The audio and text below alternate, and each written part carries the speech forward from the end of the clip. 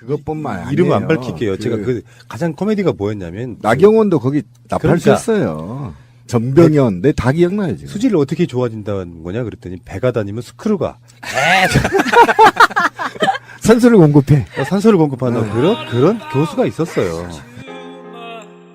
근데 아까 제가 제목을 이렇게 말씀드렸잖아요. 예산에 너무 다른 사용처라고 표현했잖아요. 드디어 수자원공사 4대강 사업의 주역 수자원공사에서 뒤늦은 양심 고백, 참회, 석고대죄 4대강 사업이 국민적으로 심려를 끼쳐서 반성한다 이런 메시지가 왜 지가 합니까? 이게 지금 국정감사에서 답답하죠. 지금 여당 의원들이 물을 거 아니에요. 4대강 사업에 대한 어떤 이런 것들을. 그러니까 수자원공사 경영진 입장에서는 국민들한테 심려 죄송하다고 이번에 SBS가 단독 보도한 거 보면은 뭐가 나왔냐면 4대강 보호 이틀 다 촬영해봤어요. 와. 워낙에 다 세굴돼 있죠. 이대로 두면은 그냥 무너지게 돼 있는 경우가 너무 많은 거예요. 강바닥에다가 너무 공사를 날림으로 해가지고. 그러면 그거 어떻게 해야 돼? 결국엔 폭파해야 돼요. 제가 볼 땐 아마 조만간 대재앙이 한번 올 거예요. 에이, 그러지 마요. 아니, 제 말은 그 이유가 뭐냐면 우리나라가 20년에 한 번씩 큰 폭우가 오거든요. 예. 그럼 다 쓸려버려요, 저거. 두고 보세요.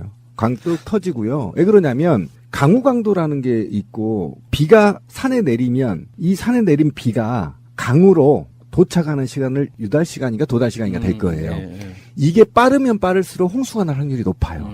근데 4대강을 정비해버렸잖아요. 그러니까 유달 시간이 많네요. 유달 시간이 짧아져 버렸어요. 그러니까 물이 급격하게 어디로 모여? 4대강으로 모이죠. 그럼 홍수가 날 수밖에 없어요.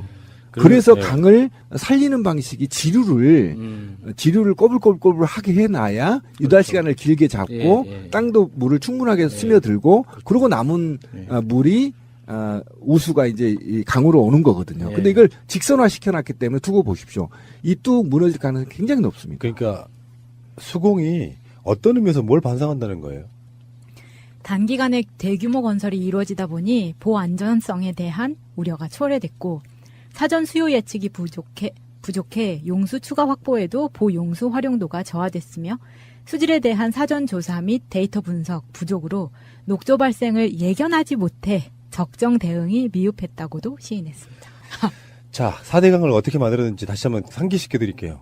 홍수 예방, 가뭄 예방, 수질 보호 이런 거에서 전부 다가 의미가 없다는 거잖아요, 지금. 가장 희한했던 게 그거죠. 예비 타당성 조사라는 거를 반드시 하게 돼 있잖아요. 그 500억 이상, 사업비 500억 이상의 정부 사업은 예비 타당성 조사를 반드시 하게 돼 있는데 4대강 관련한 사업 중에 예비 타당성 조사를 한 게 단 하나도 없죠.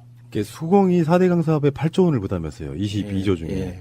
2008년 부채가 2조 원이었습니다. 부채 비율이 전체 자산의 20%였어요. 그런데 2009년부터 12년까지 이게 이명박의 그 재임 기간이거든요. 4년은 전체 16개 보 중에서 5개 보하고 2개의 댐 건설을 직접 시행을 했어요. 2013년에 부채가 14조. 2조였던 게 불과 5년 만에 14조가 됐고요. 부채 비율이 20%였던 것이 121%로 뛰었습니다. 지난해 기준 2016년 기준 부채 비율은 204.8%. 4대강에 투자했던 8조 원 중에서 6조 4천억 원이 회수가 불가능. 이거를 제외해도 부채 비율은 100.3%. 물론 수공의 잘못은 아니겠죠. 이명박 같은 자가 자기 낙하산으로 수자원공사 사장 내려보내고 국가의 예산이 부족하니 수자원공사 니들이 부담해서 만든 건데 사실은 우리가 다 알고 있잖아요. 이명박이 비리 중에 지금 뭐 다 쓰는 누구 겁니까?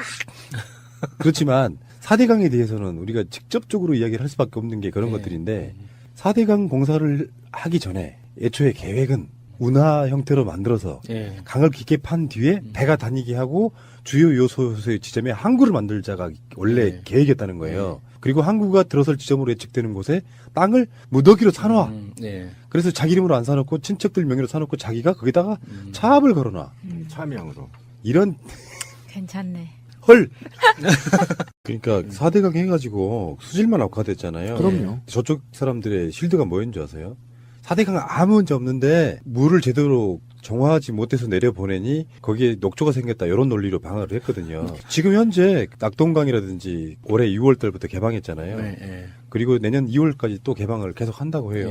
실제로 녹조가 엄청 사라진 이 상태를 우리가 보고 있긴 한데 사실 아까 처음에 말씀드린 것처럼 대표적으로는 보수공사를 해야 돼. 그러면서 이렇게 유지 관리하는데 드는 비용만 1년에 조 단위에 가깝습니다. 조 이상 들어가죠. 그런 상태를 만들어 놓고 이명박 4대강에 대해서 이제는 자유한국당 쪽에 쉴드를 못 쳐요. 5월 달에 4대강 사업에 정책감사하라고 지시를 했을 때 이명박한테 나왔던 메시지가 있습니다. 감사와 재판, 평가가 끝난 전 정부의 정책 사업을 또다시 들춰 정치적 시비거리를 만들기보다는 4대강 살리기 사업의 후속 사업을 완결하고 확보한 물을 잘 관리해 당면한 가뭄을 극복하는 데 힘써야 할 것이라고 주장했습니다. 아, 정말 죽여버리고 싶지. 4대강 살리기 사업은 이명박 정부가 추진한 종합적인 치수 사업입니다. 그동안 버려졌던 강을 되살리고 기후변화에 따른 자연재해에 대비하며 수자원을 확보하기 위해 수행됐습니다. 야이. 아니 그 더러운 문장을 갖다가 이렇게 이쁜 목소리를 읽으면 굉장히 뭔가 안 맞아요. 내가 다시 읽어드릴게요. 이명박 정부가 추진한 종합적인 치부 사업.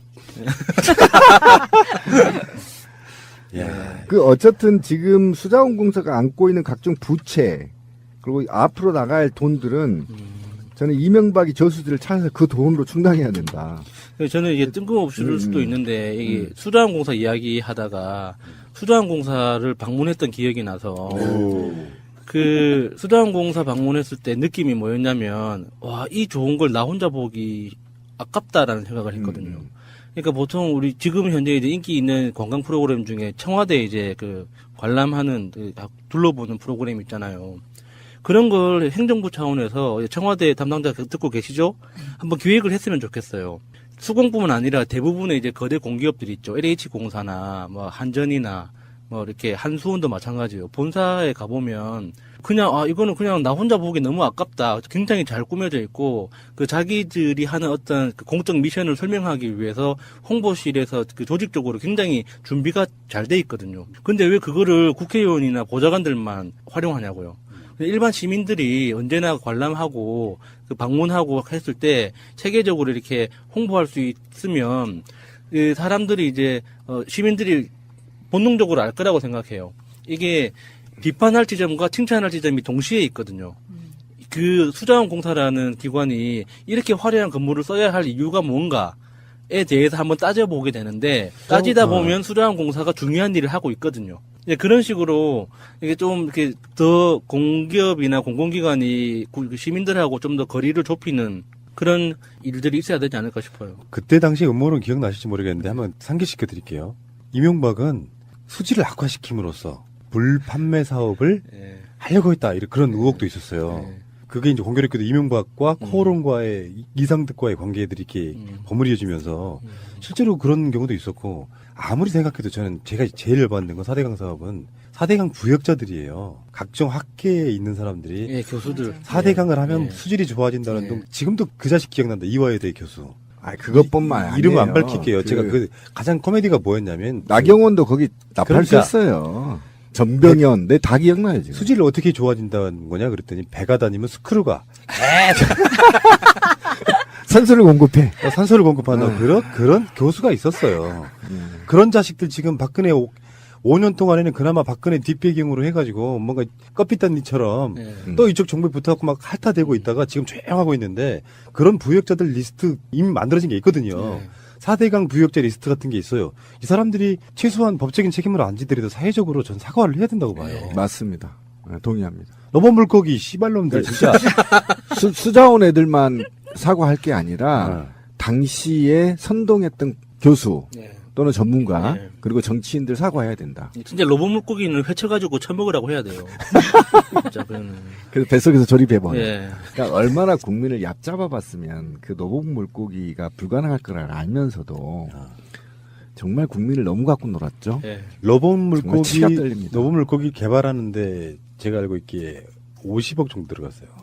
맞아. 그러니까 실제로 테스트 해보는 것만 50억이 들어간 거야. 그걸 또 누가 빼먹었을까? 난 그게 궁금해. 아니 기사 나왔던데. 기사 나왔던데. 누가 빼먹었냐고.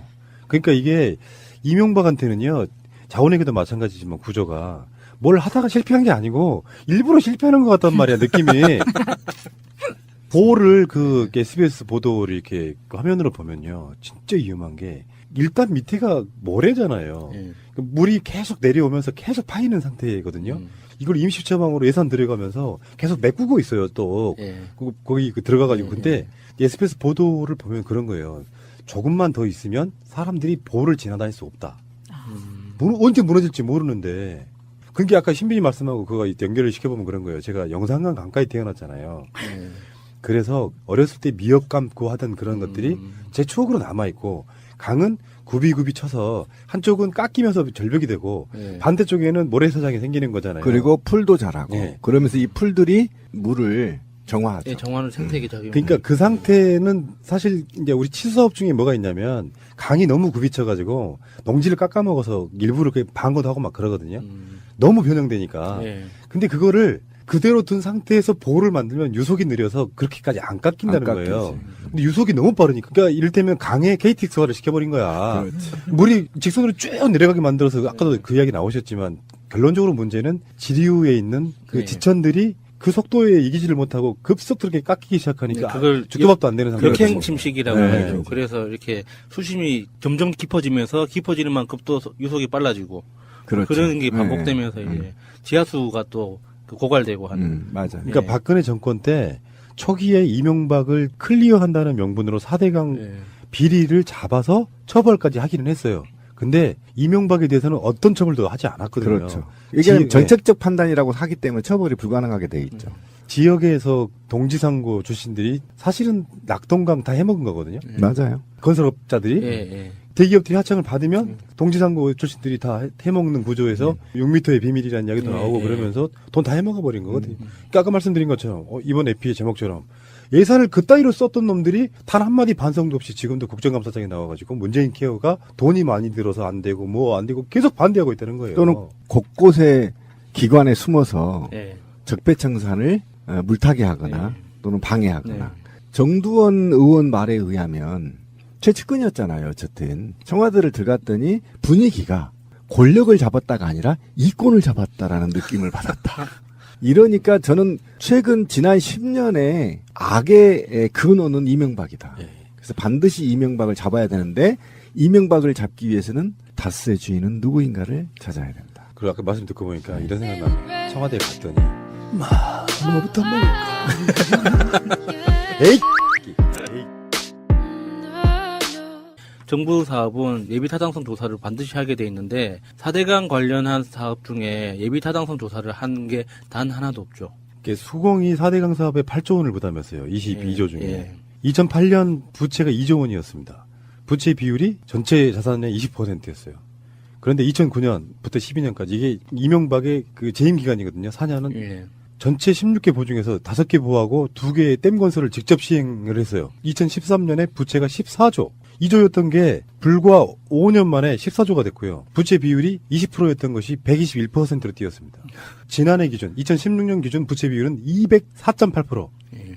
4대강에 투자했던 8조 원 중에서 6조 4천억 원이 회수가 불가능. 이거를 제외해도 부채 비율은 100.3%. 물론 수공의 잘못은 아니겠죠. 이명박 같은 자가 자기 낙하산으로 수자원공사 사장 내려보내고 국가의 예산이 부족하니 수자원공사 니들이 부담해서 만든 건데 사실은 우리가 다 알고 있잖아요. 이명박이 비리 중에 지금 뭐 다스는 누구 겁니까? 그렇지만 4대강에 대해서는 우리가 직접적으로 이야기를 할 수밖에 없는 게 그런 네. 것들인데 4대강 공사를 하기 전에 애초에 계획은 운하 형태로 만들어서 예. 강을 깊게 판 뒤에 배가 다니게 하고 주요 요소의 지점에 항구를 만들자가 원래 네. 계획이었다는 거예요. 그리고 항구가 들어설 지점으로 예측되는 곳에 땅을 무더기로 사놔. 예. 그래서 자기 이름으로 안 사놓고 친척들 명의로 사놓고 자기가 거기다가 차압을 걸어놔. 차명으로. 이런 괜찮네. 헐. 그러니까 4대강 해가지고 수질만 악화됐잖아요. 그럼요. 저쪽 사람들의 실드가 뭐였는지 아세요? 4대강 아무 문제 없는데 물을 제대로 정화하지 못해서 내려보내니 거기에 녹조가 생겼다 이런 논리로 방어를 했거든요. 지금 현재 낙동강이라든지 올해 6월 달부터 개방했잖아요. 예. 예. 그리고 세굴돼 있죠. 이대로 두면은 그냥 무너지게 돼 있는 경우가 예, 너무 예, 많은 거예요. 예. 강바닥에다가 예. 너무 공사를 날림으로 해가지고 그러면 그거 어떻게 해야 돼? 결국엔 폭파해야 돼요. 제가 볼 땐 아마 조만간 재앙이 한번 올 거예요. 에이, 그러지 마요. 아니 제 말은 그 이유가 뭐냐면 우리나라가 20년에 한 번씩 큰 폭우가 오거든요. 예. 그럼 다 쓸려버려요, 저거. 두고 보세요. 강도 터지고요. 왜 그러냐면 강우강도라는 게 있고 비가 산에 내리면 이 산에 내린 비가 강으로 도착하는 시간을 유달 시간인가 도달 시간인가 될 거예요. 예, 예. 이게 빠르면 빠를수록 홍수가 날 확률이 높아요. 근데 4대강을 정비해 버렸잖아요. 예. 그러니까 유달 시간이 많네요. 유달 시간이 짧아져 버렸어요. 그러니까 물이 급격하게 어디로 모여? 4대강으로 모이죠. 예. 그럼 홍수가 날 수밖에 없어요. 그래서 예. 강을 살리는 방식이 지류를 꼬불꼬불꼬불 하게 해놔야 유달 시간을 길게 그것뿐만 아니에요. 이름은 안 밝힐게요. 제가 그 가장 코미디가 뭐였냐면 나경원도 거기 그러니까 납할수했어요.